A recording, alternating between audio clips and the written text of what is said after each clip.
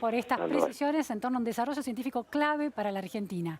Pasamos a otro tema. La patria no es el otro, la lógica amigo-enemigo que afecta a la discusión política, el oficialismo, considerando que hay miedo al regreso de una restauración kirchnerista y desde el kirchnerismo miedo a una especie de elitismo político y económico por parte del gobierno que deje muchos excluidos. En el medio los científicos toman partido sin atender demasiado a la evidencia y a los datos. Estamos con Roberto Gargarella, que ha estado pensando esta cuestión. Muchísimas gracias, Roberto, por estar aquí. ¿Qué tal?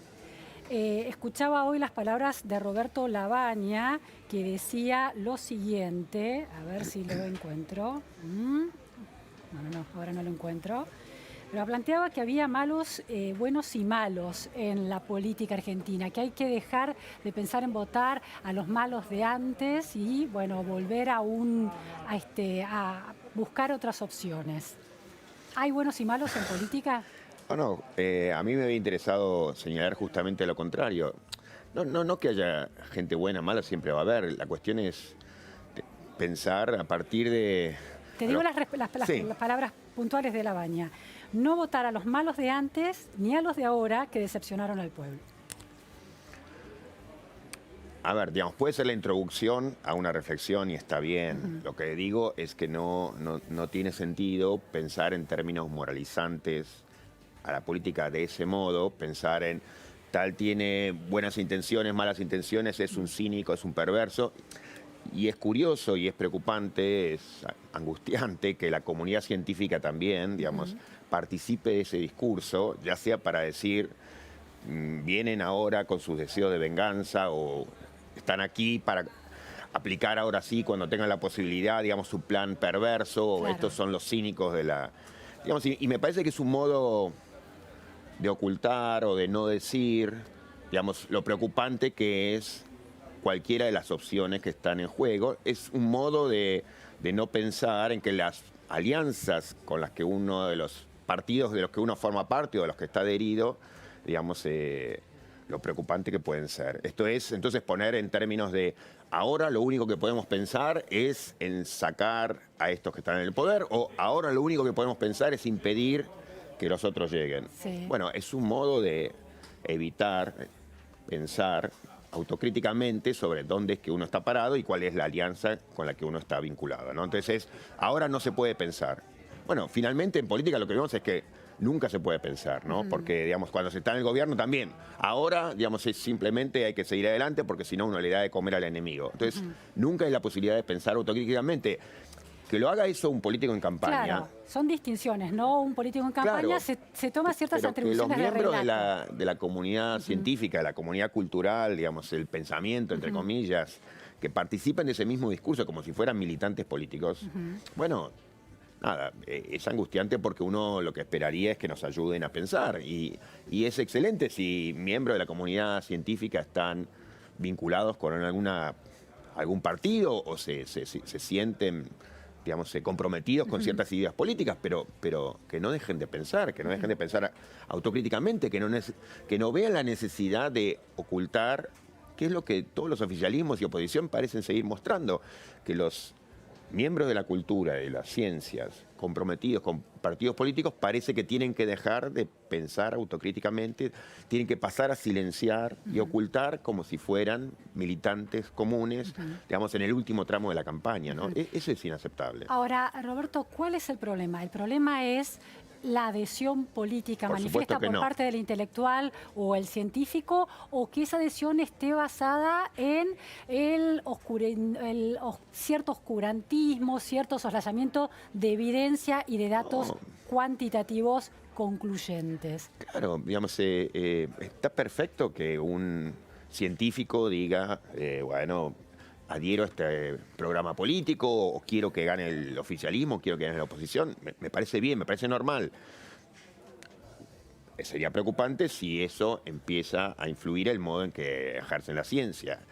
Mucho más preocupante si, digamos, la práctica habitual lo lleva a negar evidencia o digamos, al autoengaño a veces, o al ocultamiento, digamos, bajo la excusa de que ahora no se puede pensar porque estamos en el último tramo de la campaña, o ahora no se puede pensar, no se puede hacer crítica porque si no le damos pasto al enemigo, ¿no? Desde los científicos que se expresan en favor de la fórmula Fernández-Fernández, bueno, hay una serie de cuestionamientos a la política económica, por ejemplo, o cultural o científica de Cambiemos. Ahora, ¿no ha habido una expresión tan tajante y contundente de los académicos y científicos en relación a la intervención y a la manipulación del INDEC? ¿Eso te parece preocupante?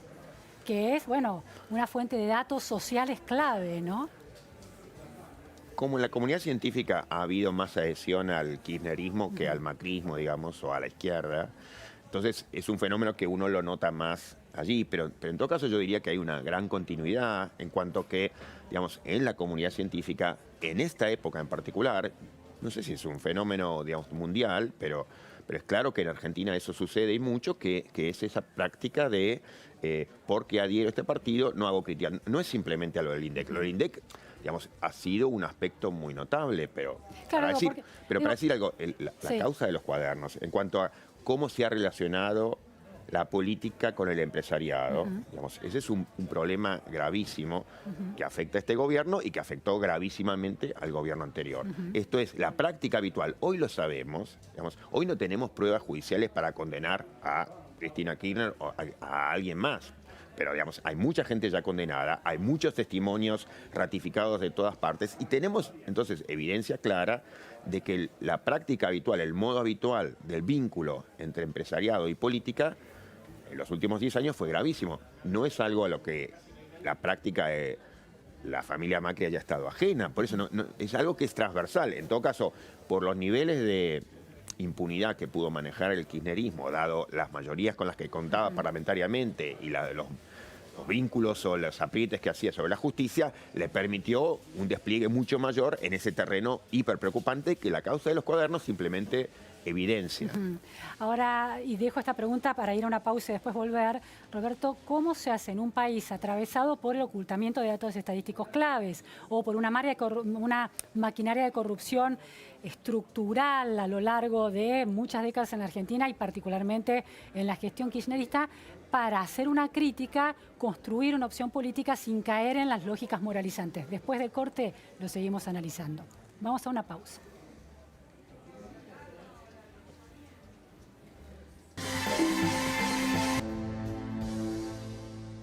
Políticos y científicos que, bueno, prefieren no ver datos contundentes y cuantitativos indiscutibles, y también una maquinaria de corrupción que atraviesa la clase política.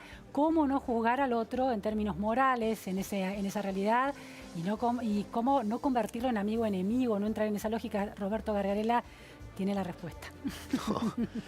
No, a ver, yo creo que en parte la clase política está perdida en el sentido de que hay muy pocos controles institucionales sobre ellos y, digamos, es muy difícil asirlos, y por eso es especialmente importante lo que puede hacer, digamos, la clase de periodistas, intelectuales, académicos, científicos, y en ese sentido es preocupante que no usen sus conocimientos, su información para pensar autocríticamente aún sobre aquello que avalan. Su disposición científica, que es dudar y someterse a la evidencia y hacerle preguntas a la evidencia. Pero además que es beneficioso para todos. Digamos, no sé, yo tuve en su momento cercanía, no política, pero digamos de distinto tipo con el gobierno primero el gobierno de Alfonsín.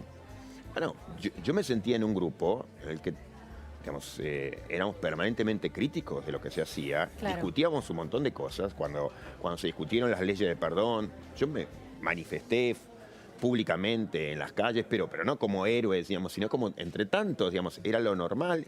Y uno entendía que de ese modo beneficiaba al gobierno, digamos, sí lo ayudaba a orientarse en una dirección que uno consideraba la correcta. No puede estar alineado de este modo, no puede. Las leyes de perdón son inaceptables. Claro, la lógica de adhesión partidaria incluía una lógica de cuestionamiento y de crítica. Pero claro, pienso, no sé, el otro día salió una solicitada del grupo vinculado con Horacio Berbisky. Bueno, yo creo que su función en la época del menemismo era ejemplar, en la idea digamos, en esa época él como líder en Interpelación al en su poder. diario. Sí. Claro, cada día era una etapa contra el poder. Bueno, digamos, y era algo que ayudaba a todos. Ahora, pensemos, uno puede estar comprometido con la facción política tal. Bueno, pero uno lo ayuda si ayuda a sacar del camino a funcionarios que están cumpliendo, digamos, de modo muy indebido lo que deben hacer, o si uno tiene la información sobre actos. Nos ayuda a todos. Lo mismo, digamos, el equipo de economistas, digamos, de cualquier gobierno, o los científicos que sepan, bueno, que nos digan por qué este tipo de vínculo con la industria es inaceptable hoy, o por qué hay estos nichos de corrupción que deben ser eliminados. Todo lo que fue el 11, digamos, que implicó muertes. Bueno, digamos, o sea, yo creo que se puede ayudar al gobierno desde adentro, y es algo que uno agradecería en el presente y en el futuro. Digamos, es el tipo de servicios que uno puede dar, comprometido públicamente con una facción, porque quiero que esa facción le vaya bien en el gobierno. Digamos, hago críticas para eliminar lo malo y... Roberto, última pregunta, tenemos muy pocos, un minuto. ¿El hecho de que el kirchnerismo haya beneficiado a una política científica y mejoró su poder adquisitivo, puede estar influyendo en esa adhesión tan acrítica? No, pero por supuesto que sí, digamos, y eso forma parte de la política. Uno da subsidios a ciertos grupos y espera esa retribución. La ha habido, pero eso no puede justificar, explica, pero no justifica la falta, la pérdida, digamos, de capacidad crítica, ¿no? Necesitamos de esa crítica. Muchísimas gracias, Roberto Gargarella, por estas precisiones en un tema inquietante, ¿no? La falta de capacidad crítica en aquellos que deberían ejercer